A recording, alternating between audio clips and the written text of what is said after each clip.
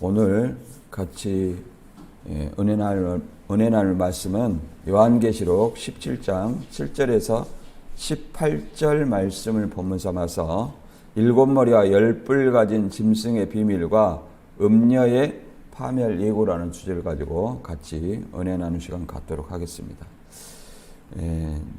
자, 오늘부로 우리가 계시록을 38강까지 해왔습니다. 참 많이 해왔고 몇 장 안 남았는데, 우리가 계시록 15장에 보면 이제 하늘에 성전이 증거 장막을 열어서 거기에 일곱 대접을 가진 일곱 천사가 이제 일곱 대접을 쏟아 바벨론을 파괴하고 만국의 성들도 일곱 갈래로 흩어진 장면을 봤습니다. 그리고 바로 이제 19장의 혼인잔치와 예수님이 백마 타고 짐승과 싸우는 아마겟돈 전쟁으로 싸우는 주재림 때의 사건을 설명하는 내용입니다. 그리고 이제 본문 17장과 18장은 이 바벨론 파괴의 내용을 추가 계시해 주는 내용이고 삽입 계시 내용입니다. 그래서 우리가 두 가지를 알아볼 건데요. 이제 이 7절에서 18절 내용의 첫 번째는 일곱 머리 열 뿔 짐승의 비밀을 이제 사도 요한에게 천사가 알려준다는 내용입니다. 두 번째는 이 열 뿔 가진 짐승이 음녀를 망하게 하는 일이 있습니다. 17장 1절에서 음녀에 받을 심판을 내게 보이리라 그랬죠. 근데 음녀에 받을 어떤 심판이 열 뿔 가진 짐승을 통해서 심판하는 것입니다. 그 심판하는 어떤 내용이 하나님의 계획과 섭리 안에서 이루어지는 것이다, 이렇게 설명하고 있는 내용입니다. 우리가 이제 계시록을 이렇게 계속 알아오는데 특히 이단들이 계시록을 가지고 많이 미혹을 합니다. 혹자는 계시록이 봉안책이다, 이렇게 얘기를 하는 사람도 있습니다. 그래서 알아서는 안 된다, 이렇게 얘기하는 사람도 있습니다만은 요한 계시록은 말 그대로 이미 펼쳐진 말씀이다. 계시된 말씀이다. 계시된 말씀이고, 계시록 5장의 내용은 그 봉안책을 예수님이 십자가와 부활로 승리했기 때문에 이미 인을 떼서 펼쳐진 말씀이라는 사실을 다시 한번 말씀드리고자 합니다. 그래서 이 펼쳐진 말씀을 우리는 올바로 이해하고 이단의 미혹에 대비해야 될 줄로 믿습니다. 본문 읽어보겠습니다. 요한계시록 17장 7절에서 18절입니다. 천사가 이르되 왜 놀랍게 여기느냐, 내가 여자와 그 애가 탄 일곱 머리와 열 뿔 가진 짐승의 비밀을 내게 이르리라. 내가 본 짐승은 전에 있었다가 지금은 없으나 장차 무저갱으로부터 올라와 멸망으로 들어갈 자니 땅에 사는 자들로서 창세 이후로 그 이름이 생명책에 기록되지 못한 자들이 이전에 있었다가 지금은 없으나 장차 나올 짐승을 보고 놀랍게 여기리라. 지혜 있는 뜻이 여기 있으니 그 일곱 머리는 여자가 앉은 일곱 산이요 또 일곱 왕이라. 다섯은 있고 하나는 있고 다른 하나는 아직 이르지 아니하였으나 이름은 반드시 잠깐 동안 머무리라. 전에 있었다가 지금 없어진 짐승은 여덟째 왕이니 일곱 중에 속한 자라. 그가 멸망으로 들어가리라. 내가 보던 열 뿔은 열 왕이니 아직 나라를 얻지 못하였으나 다만 짐승과 더불어 임금처럼 한동안 권세를 받으리라. 그들이 한 뜻을 가지고 자기의 능력과 권세를 짐승에게 주더라. 그들이 어린 양과 더불어 싸우려니와 어린 양은 만주의 주시오 만왕의 왕이심으로 그들을 이기실 터이요 또 그와 함께 있는 자들 곧 부르심을 받고 택하심을 받은 진실한 자들도 이기리로다. 또 천사가 내게 말하되 내가 본 바 음저가 앉은 물은 백성과 무리와 열국과 방언들이니라. 내가 본 바 이 열불과 짐승은 음녀를 미워하여 망하게 하고 벌거벗게 하고 그의 살을 먹고 불로 아주 사르리라. 이는 하나님이 자기 뜻대로 할 마음을 그들에게 주사 한 뜻을 이루게 하시고 그들이 하나를 저 짐승에게 주게 하시되 하나님의 말씀이 응하지까지 하심이라. 또 내가 본 그 여자는 땅을 왕들을 다스리는 큰 성이라 하더라. 아멘. 여기 보면 이제 7머리 10뿔 짐승이 있고 그 짐승에게 10뿔이 자기의 권세와 능력을 주어가지고 이 10뿔 짐승이 누구하고 싸우냐면 어린 양에게 싸우고, 이제 어린 양에 싸우는 내용은 이제 19장에 나옵니다. 그리고 다시 누구하고 싸우냐면 음녀를 미워하여 벌거벗게 하고 이제 심판하는 내용이 나옵니다. 본문을 다시 정리하면 계시록 15장, 16장의 7째 대접에서 이제 바벨론의 멸망과 만국의 성들이 이제 완전히 파괴된 것을 얘기를 합니다. 그런데 17장과 18장에는 다시 이 음녀 바벨론, 그 다음에 이 바벨론의 어떤 심판을 얘기를 하는 것은 추가 계시고 삽입 환상이라 이렇게 이해를 하면 될 것입니다. 그리고 이제 본문의 내용은 본문에 일어났던 환상에서 크게 세 가지로 나와 있는데, 짐승의 비밀, 그 다음에 음녀의 비밀, 그 다음에 이것이 하나님의 목적 아래서 이루어진다는 어떤 큰 내용상으로 구분해 볼 수 있습니다. 그래서 우리가 이 앞번에 봤던 1절에서 6절까지는 붉은빛 짐승을 탄 음녀에 대해서 살펴봤습니다. 그리고 오늘은 두 번째 짐승의 비밀에 대한 해석이 7절부터 14절까지, 그 다음에 음녀의 정체와 멸망에 대해서 15절에서 18절로 되어 있습니다. 그래서 17장 7절에서 18절은 음녀가 탄 짐승의 비밀과 10뿔 가진 짐승의 배반에 의한 음녀의 파멸을 예고하고 있습니다. 요한에게 짐승을 탄 음녀를 보고 놀란 것을 보고 천사가 음녀가 탄 짐승의 정체에 대해서 음녀가 짐승에 탄 것, 곧 공생한 것이 이상한 것이 아니라고 얘기를 합니다. 그리고 음녀가 탄 7머리와 10뿔 가진 짐승의 정체에 대해서 이제 하나하나 구체적으로 설명하는데, 이 짐승은 전에 있었다가 현재는 없으나 장차 무저경에서 올라왔다가 멸망하게 될 자로서 7머리는 여자가 앉은 7상과 7왕이라고 얘기를 합니다. 그리고 10뿔은 10왕으로서 아직 나라를 얻지 못했으나 짐승과 더불어 잠시 동안 같은 권세를 행할 것이라는 것, 그리고 13절과 14절은 이제 어린 양에게 짐승이 패배하는 것을 예고합니다. 그리고 이 10뿔과 짐승이, 10뿔이 능력과 권세를 짐승에게 주어 이제 음녀를 파멸시키는 내용으로 나옵니다.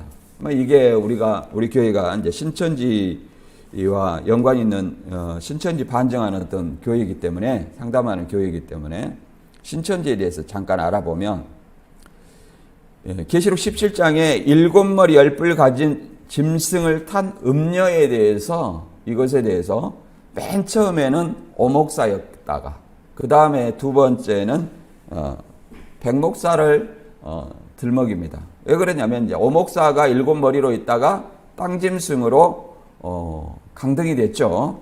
왜 그러냐면 이제 오목사가 75년에 장막성전에 입교했기 때문에 이렇게 되는 겁니다. 그러다가 마지막에 최종본은 청지기 원장으로 있었다는 탁성환 씨가 이제 음녀라고 얘기를 합니다. 음녀이면서 7머리에 속한 자다, 이렇게 얘기를 하게 됩니다. 이제 과연 이것이 맞는지 여러분들은 생각을 해보시기 바랍니다. 열불과 짐승이 음녀를 망하게 한다. 그럼 열불 짐승은 지금도 누구라고 얘기했냐면 오목사라고 얘기합니다. 그러면 음녀는 누구냐? 지금은 탕목사죠. 그러면 이 오목사가 탕목사를 망하게 했느냐? 그런 사실은 존재하지 않습니다. 그리고 이 17장에 신천지는 이만희 씨가 계시록 10장에 책을 받아먹고 배도자와 멸망자의 어떤 정체를 알았다 얘기를 합니다. 그러나 이 멸망자의 정체는 계시록 17장에서 드디어 음녀의 정체와 함께 드러내고 있습니다. 그런데 어떻게 계시록 10장에서 멸망자의 정체를 알았다고 하느냐? 이것이 성경의 인물을 사칭하는 것에 대한 모순입니다. 모순으로 드러나게 되는 겁니다. 그래서 자꾸 보고 들은 증인이다 이렇게 얘기하는데 성경에서 말하는 증인은 1차적으로는 부활을 목격한 사도들을 얘기하고 제자들을 얘기를 합니다. 더 나아가서는 그리스도인들을 얘기를 합니다. 그러면 계시록에서 보고 들었다는 증인은 누구냐? 사도 요한을 얘기를 합니다. 장막성전의 사건을 보고 들은 것이 아니라 어디를 보고 들었어요? 하늘의 환상을 천사의 계시를 통해서 보고 들었다 이렇게 얘기를 합니다. 그러지 장막성전 사건을 보고 들은 어떤 이만희 씨를 얘기를 하는 것은 아니라는 것을 다시 한번 여러분들이 생각하시고 신천지에서 말하는 실상을 확인해보고 믿으시기 바랍니다. 이제 본문 가서 한번 하나씩 알아보도록 하겠습니다. 7절에 천사가 이르되 왜 놀랍게 여기느냐? 내가 여자와 그 탄바 7머리와 10뿔 가진 짐승의 비밀을 내게 이르라. 이게 이제 17장 7절에서 본격적으로 7머리의 10뿔 가진 짐승의 정체에 대해서 얘기를 합니다. 우리가 이 앞번에도 잠깐 알아봤지만 7머리는 말 그대로 이 많은 무리에 앉았다. 그래서 3절에서는 이 음녀가 7머리 10뿔 짐승을 탔다. 근데 15절에서는 그 7머리 10뿔 짐승을 뭐라고 말하냐면 백성과 무리와 열국 방언들을 타고 있다 이렇게 설명합니다. 앉았고 탔다 이 말은 영향력으로 지배한다는 어떤 의미를 가지고도 있습니다.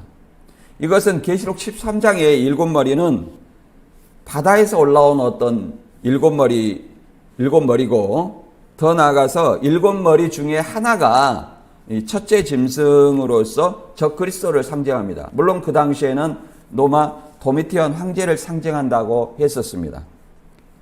그리고 이 어린 양의 생명책에 농명되지 아니하는 자는 다 짐승에게 경배한다고 했는데 오늘도 그 말이 나오는데 이 5은 망하여 있고 현재는 있고 장차 나올 짐승을 보고 이제 어린 양의 생명책에 농명이 되지 아니한 자는 다 짐승에 경배한다고 하는데 이 좀 난해한 어떤 내용이 8절부터 전에 있었다가 지금 없고 장차 나올 짐승을 보고 생명책에 기록되지 않은 자는 다 경배한다 이런 어떤 내용이 나오고 전에는 있고 전에는 있었다가 지금은 없으나 장차 나올 짐승 이렇게 표현하거든요. 이 7머리 정체에 대해서 한번 본문을 읽고 구체적으로 알아보도록 하겠습니다. 7장 8절 잘 읽어봐야 됩니다. 내가 본 짐승은 전에 있었다가 지금은 없으나 장차 무적행으로부터 올라와 멸망으로 들어갈 자니 땅에 사는 자들로서 창세 이후로 그 이름이 생명책에 기록되지 못한 자들이 이전에 있었다가 지금은 없으나 장차 나올 짐승을 보고 놀랍게 여기리라. 지혜 있는 뜻이 여기 있으니 그 7머리는 여자가 앉은 7산이요 또 7왕이라. 5은 망하였고 하나는 있고 다른 하나는 아직 이르지 아니하였으나 이르면 반드시 잠깐 동안 머무리라. 전에 있었다가 지금 없어진 짐승은 8째 왕이니 7 중에 속한 자라. 그가 멸망으로 들어가리라. 여기서 보면 이제 어린 양의 생명책에 농명되지 아니하는 자는 다 경배한다. 어떤 짐승에 이전에 있었다가 지금은 없으나 장차 나올 짐승. 이것은 이제 계시록 13장 8절에도 나오는데 그것은 칼에 상하였다 살아난 짐승을 우리가 도미티안 황제라고 그랬는데 여기서는 지금은 없으나 그러니까 적어도 도미티안 황제로 볼 수 없지 않느냐 이렇게 우리가 생각을 됩니다. 그리고 다섯은 망했고 하나는 있고 다른 이는 아직 이르지 아니했다. 이런 어떤 내용 속에서 아직 이르지 아니하는 어떤 짐승을 뭐라고 말하냐면 지금 없어진 짐승은 지금 없는 짐승은 8째 왕이고 7 중에 석한 자라 이렇게 얘기를 합니다. 그래서 7에 대해서 다시 한번 여러 가지 견해가 있는데 우리가 어떤 것이 성경에 더 정확한 것인지 여러분들이 듣고 한번 판단해 보시기 바랍니다.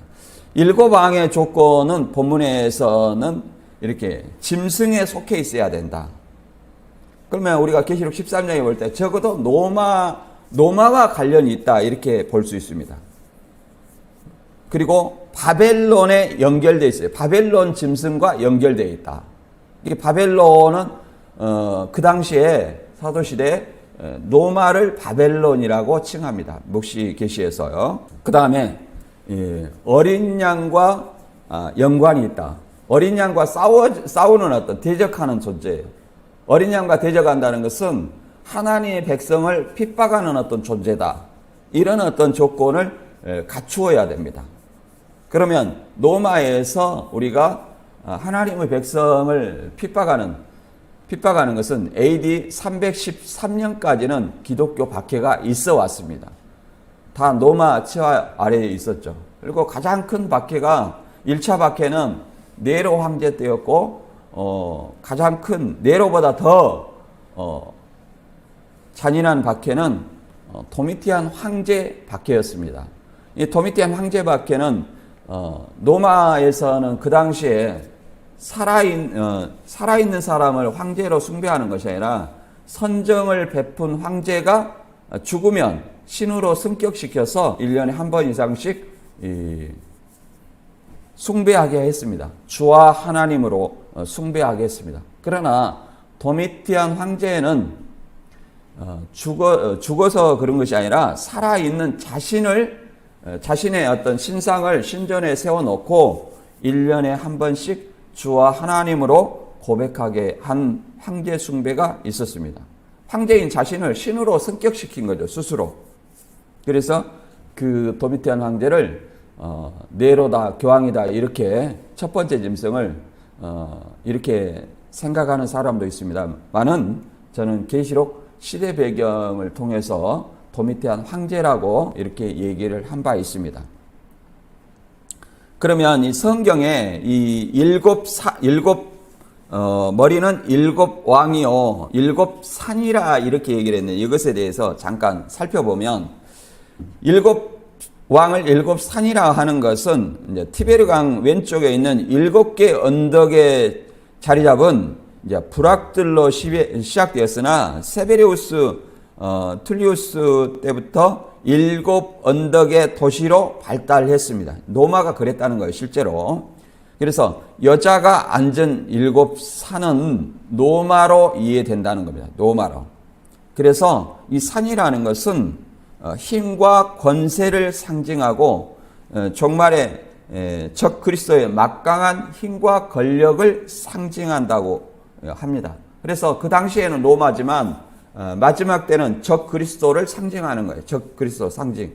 그것이 한 나라의 어떤 왕이 될 수도 있지만 적 그리스도라는 것은 하나님의 숭배의 대상, 곧 경배의 대상이 하나님인데 경배를 받고자 하는 자들이 뭐예요? 적 그리스도 행위고 예수님을 대적하는 자들이 적 그리스도라는 사실을 우리는 다시 한번 알아야 됩니다.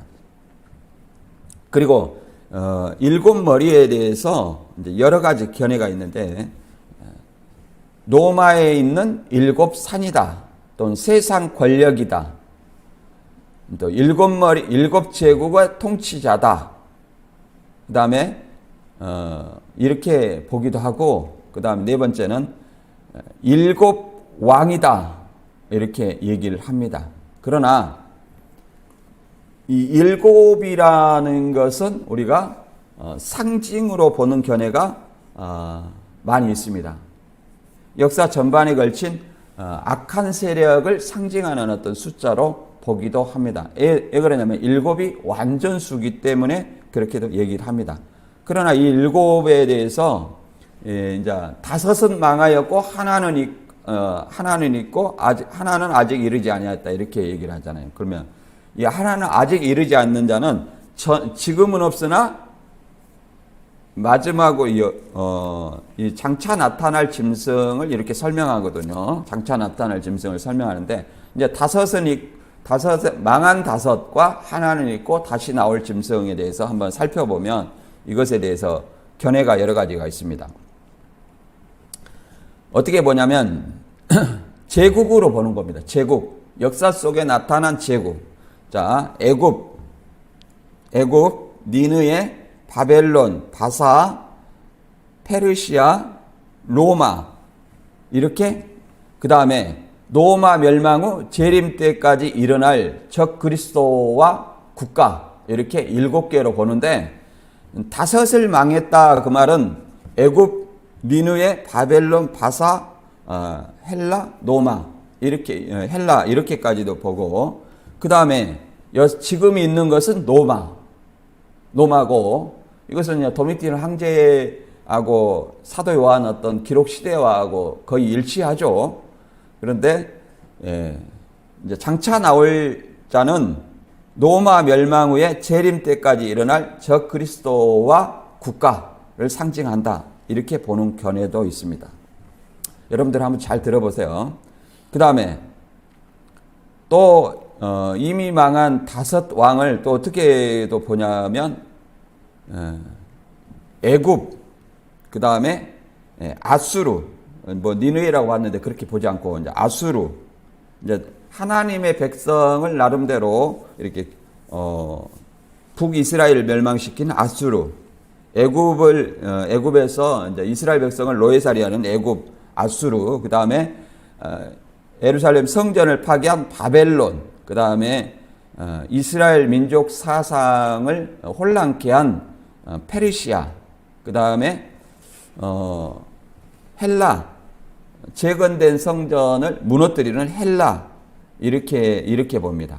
이렇게 다섯 왕을 보고 그 다음에 지금 있는 왕은 노마, 공통되죠. 노마는. 그 다음에 앞으로 있을 왕은 장차 나타날 왕이죠. 전에 있었다가 시방 없다가 장차 나올 짐승은 여덟째 왕이고 7 중에 속한 자랑이 있는데 막강한 적 그리스도를 상징한다. 이렇게 보기도 합니다. 그 다음에 이 다섯을 망한 것을 또 이렇게도 보는데 애굽, 아수르, 바벨론, 메데바사, 헬라로 이렇게 보기도 하고 또 하나는 로마. 공통적인 것은 이제 로마가 하나는 지금 현재는 사도 요한이 있었던 그 시대에 로마를 이 다른 모든 견해가 공통적으로 일치하고 있죠. 그 다음에 다른 하나는 아직 이르지 아니하였다. 이 짐승은 계시록 13장의 바다 짐승, 기독교 로마라고 얘기를 합니다. 그리고 8째 왕은 부활한 기독교 왕이다. 이렇게 얘기를 합니다. 왜 그러냐면 전에 있었다가 지금 없어가지고 장차 나오니까 지금 없어진 어떤 때를 죽은 것으로, 죽었다가 다시 부활한 것으로 연상시키기도 합니다. 그리고 이제 왕으로, 이제 제국으로 봤는데 왕으로 보는 어떤 견해도 있어요. 저는 이 마지막 왕으로 보는 견해가 좀 맞지 않지만, 숫자로 보면 맞지 않지만 상징으로 보면 왕으로 보는 것이 맞다. 저는 개인적으로는 그렇게 생각합니다. 누구 생각이 정확한지는 여러분들이 잘 듣고 판단해 보시기 바랍니다. 이 다섯은 망하였고는 이제 첫째 아우구스투스, 그 다음에 두 번째 왕은 티베리우스, 세 번째는 갈리굴라, 그 다음에 네 번째는 클라우디우스, 다섯 번째는 네로. 여기에 뭐가 빠지냐면 갈바와 오토와 비텔레우스. 이제 집권하는 시기가 다 1년 미만인 어떤 왕을 제외한 숫자로 보면 이게 맞게 됩니다. 그러나 상징으로 보면 로마 왕들을 상징한다 이렇게 보면 전혀 문제가 없죠. 그 다음에 지금 있으나 그러면 이제 베스피안이니까 이게 안 맞다는 거죠. 지금 있는 왕은 누구예요? 도미티안 황제죠. 그리고 아직 이르지 아니하는 티투스로 보는 게는데 여기서는 저는 이 지금 있는 왕은 뭐예요? 네로 환생설의 주인공인 도미티안 황제다. 왜 그러냐면 도미티안 황제는 81년에서 96년까지 사도 요한이 에베소에 있었고 또 유배돼 가지고 다시 나올 때 이 도미티안 황제를 보고 있습니다. 그 다음에 황제는 네르바입니다. 그 다음에는 트라이안이고, 그래서 이 도미티안 황제를 포함한 로마 왕들을 상징하는 것이 아니냐 이렇게 보고자 한다는 거예요. 그리고 마지막에 나타나는 어떤 일곱 중에 속한 자, 마지막에 나타나는 황자는 적 그리스도이며 또 더 나아가서는 이 사단이라고 볼 수도 있습니다. 왜 그러냐면 계시록 20장 10절에 최후의 어떤 잠깐 나타났다가 사망하는 어떤 존재가 계시록 20장 10절에 이제 천년 후의 사건인데 이렇게 말합니다. 또 그들을 미혹하는 마귀가 불과 유황못에 던져지니 거기는 그 짐승과 거짓 선지자로서 세세토록 밤낮 괴로움을 받으리라. 그래서 천년 후에 그들을 미혹하는 마귀가 불과 유황못에 던지오니, 그러면 예수님 재림 때 백마탄자의 전쟁, 아마겟돈 전쟁에서 불못에 던져진 짐승과 거짓 선지자, 곧 적그리스도와 거짓 선지자들이 어떤 상징하는 그 존재가 심판받은 것이죠. 이런 것들을 상징할 수 있습니다. 그 다음에 열불에 대해서 한번 알아보도록 하겠습니다. 계시록 17장 12절과 13절에 보면 내가 보던 열불은 열 왕이니 아직 나라를 얻지 못하였으나 다만 짐승과 더불어 임금처럼 한동안 권세를 받으리라. 그들이 한 뜻을 가지고 자기의 능력과 권세를 짐승에게 주더라. 이렇게 얘기를 합니다. 그래서 열불은 이씨 연합이다 이렇게 얘기하는 사람도 있습니다만은 저는 이것을 하나의 상징으로 봅니다. 열불이라는 것은 10개의 동맹으로 살아날 로마로 보기도 하고 또 이씨 연합국이라고 보기도 하고 또 로마 황제 아래에 있는 분봉왕 또는 총독 등 통치자로 보기도 합니다. 그러나 열이라는 것은 완전을 뜻한 수이기도 합니다. 그리고 뿔이라는 것은 케라타로 힘과 권세를 상징합니다. 그래서 짐승의 권세나 세상 통치자들이나 권세를 상징한다 이렇게 봅니다. 그래서 열뿔이 짐승에게 힘을 합해줬다, 자기의 능력과 권세를 줬다, 이 말은 짐승에게 뭐가 있어요? 힘과 권세를 주었다 이렇게 말합니다. 그럼 힘과 권세를 짐승이 열뿔을 가지고 그 힘과 권세를 가지고 누구와 대적해요? 어린 양하고 대적한다는 어떤 말이 있고 더 나아가서 그 힘과 권세로 누구를 엄녀를 벌거벗게 하고 망하게 하는 어떤 사건이 있습니다. 이러한 것들이 다 하나님의 섭리 안에서, 계획과 섭리 안에서 이루어진다는 거예요. 여기서 그들이 한 뜻을 가지고 자기의 능력과 권세를 권세를 주더라 그러면 이 열불과 짐승의 뜻을 가지고 권세를 주었다 하는데 이런 것들도 다 주님의 섭리 안에서 이루어진다는 사실을 그 다음에 읽어보면 15절부터 읽어보면 나옵니다. 우선 14절부터 이제 이 열불 짐승이 어린 양과 싸운다는 내용을 한번 읽어보겠습니다. 그들이 어린 양과 더불어 싸우려니와 어린 양은 만주의 주시오 만왕의 왕이시므로 그들을 이기실 터이요 또 그와 함께 있는 자들 곧 부르심을 받고 택하심을 받은 진실한 자들도 이기리로다 이렇게 말합니다. 여기서 이제 이기리로다 19장의 싸움을 얘기를 하고 있습니다. 19장에 이제 예수님은 백마 타고 그의 군대와 계시록 16장의 짐승의 세력은 계시록 16장에서 아마겟돈의 세상 모든 왕들을 모았죠. 그래서 이 짐승과 그의 군대들이 백마 탄 예수님과 그의 군대와 싸웁니다. 그 내용을 한번 읽어보겠습니다.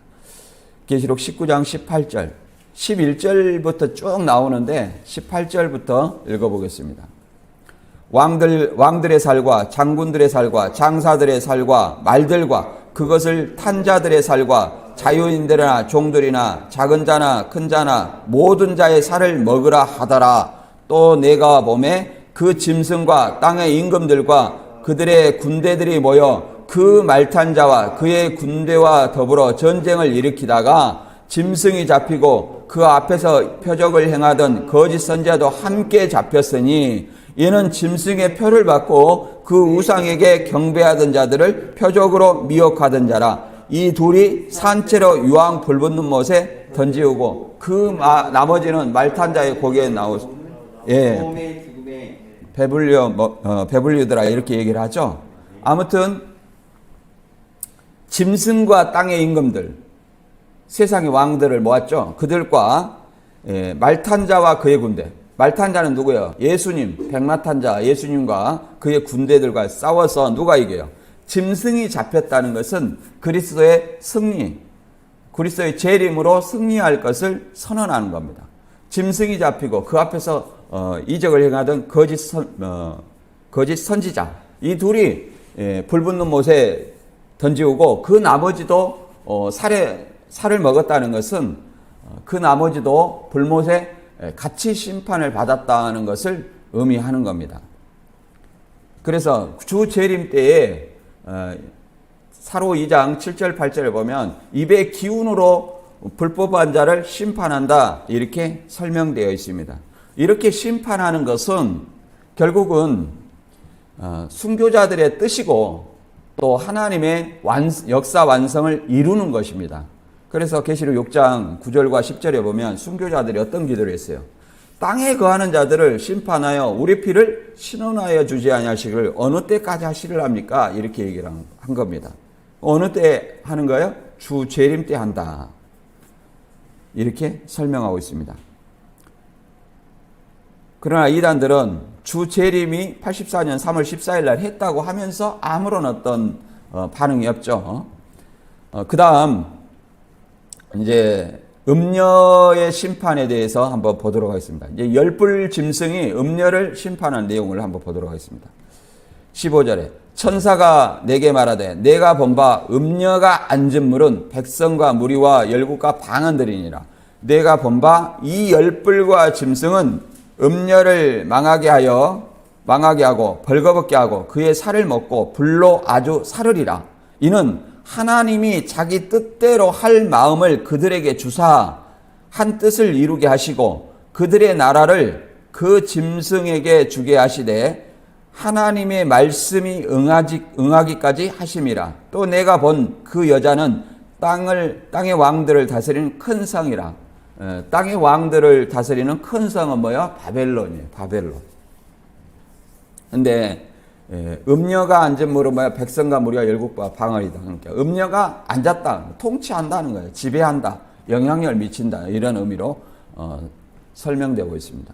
근데 16절에 보니까 이제 음녀가 이제 열불 짐승을 탔는데 이제 거꾸로 자중 질환을 일으키는 겁니다. 자기들끼리 싸우는 거예요. 열불과 짐승이 음녀를 미워하여 망하게 하는 어떤 사건. 벌거벗게 하고 그의 살을 먹고 아주 사른다 이렇게 얘기를 합니다. 그래서 음녀 바벨론은 열불 짐승이 이제 하나님 나라 주권과 섭리에 의해서 한 뜻을 가지고 하나님을 대적하지만 열불 짐승이 음녀를 공격하게 됩니다. 이게 벌거벗긴다는 것은 음녀의 그동안 도덕적 부패를 공중 앞에서 폭로한다는 뜻도 가지고 있습니다. 그리고 열왕과 짐승이 음녀에게 행한 어떤 이 미움과 공격이 굉장히 심하여 음녀 바벨론이 철저하게 파괴됨을 이렇게 그의 살을 먹고 불로 아주 사르리라 이렇게 표현하고 있습니다. 이제 이런 거 열불과 짐승이 열불이 짐승에게 자기의 능력과 보좌 권세를 준 것, 그 다음에 이 열불과 짐승이 음녀를 미워하여 벌거벗게 하고 망하게 하는 것, 이것이 뭐예요? 하나님의 계획과 섭리 안에서 다 이루어진다는 거예요. 자기들의 뜻대로 하는 것처럼 보이지만 결국은 누구 섭리 안에 있어요? 하나님의 섭리 안에 있다는 사실을 우리는 알아야 됩니다. 우리가 역대하 20장 23절에도 이런 어떤 하나님의 백성을 또 심판할 때 멸망자를 들어서 심판하고 또 어떻게 됩니까? 그 멸망자를 또 하나님께서 심판하는 이런 어떤 일도 있습니다. 여기는 한번 읽어볼게요. 대하 20장 23절 곧 암몬과 모압 자손이 일어나 세일산 주민들을 쳐서 진멸하고 세일산 주민들을 멸한 후에는 그들이 서로 쳐 죽였더라. 그렇죠? 하나님의 섭리를 이루기 위해서 이 멸망자들 곧 이방 족속들을 이용해서 심판하고 또 그들끼리 자중질환으로 서로 쳐서 죽였더라. 이렇게 설명한 겁니다. 여기도 열불과 짐승이 음녀를 망하게 하는 것은 자중질환이에요. 누구 섭리 안에서? 하나님의 섭리 안에서 이루어지는 것이다. 이렇게 말합니다. 그것이 하나님의 말씀이 응하기까지 얘기하더라. 이렇게 얘기를 합니다. 그리고 이것은 계시록 18장 2절에 완전히 무너진 바벨론을 다시 한번 설명하고 있습니다. 힘찬 음성으로 외쳐 이르되 무너졌도다 무너졌다 큰 성 바벨론이여 귀신의 초소와 각종 더러운 영이 모이는 곳과 각종 더럽고 가증한 새들이 모이는 곳이 되었도다 이렇게 얘기를 합니다. 그러니까 이 여자는 땅의 왕들을 다스리는 큰 성이라 그랬는데 이 큰 성은 뭐예요? 바벨론이에요. 바벨론. 온갖 더러운 영과 각종 더럽고 가증한 새들이 모이는 어떤 바벨론이라고 이렇게 얘기합니다. 이것이 이제 무너졌다, 파괴되었다 이렇게 설명합니다. 그래서 계시록 16장의 7째 대접에 이미 무너진 바벨론과 그에 의지한 만국의 성들도 다 파괴됐다고 얘기했는데 다시 그 파괴되는 어떻게 멸망당하고 파괴된지를 17장과 18장의 이제 추가 계시를 통해서 설명하는 내용입니다. 다시 한번 설명하면 계시록 17장은 붉은빛 짐승을 탄 음녀에 받을 심판을 설명하면서 짐승의 정체에 대해서 구체적으로 설명하는 내용입니다. 그래서 이 짐승에 대해서 경배하지 않으려면 이 짐승은 장차 나올 짐승인데 그가 8째 왕이고 어린 양의 생명책에 농명되지 아니한 자는 다 짐승에 경배한다 이렇게 얘기를 합니다. 그리고 계시록 13장에도 칼에 상하였다 살아난 짐승 곧 적그리스도를 상징하는 이 도미테한 황제에게 어린 양의 생명책에 농명되지 않는 자는 다 짐승에 경배한다 이렇게 말하고 있습니다. 그래서 우리가 예수 그리스도의 생명책에 농명되는 것은 그리스도의 복음을 올바로 믿는 것입니다. 올바로 믿는 것이 생명책에 농명되는 방법이에요.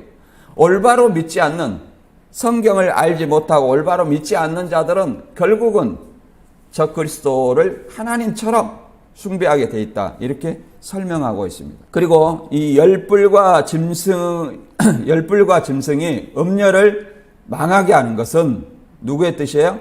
하나님의 뜻이고, 이 음녀를 심판하는 것은 하나님의 뜻이고, 또 성도들의 피를 흘렸기 때문에 그들에게 갚아주는 심판이라, 공의로운 심판이라 이렇게 말할 수 있습니다.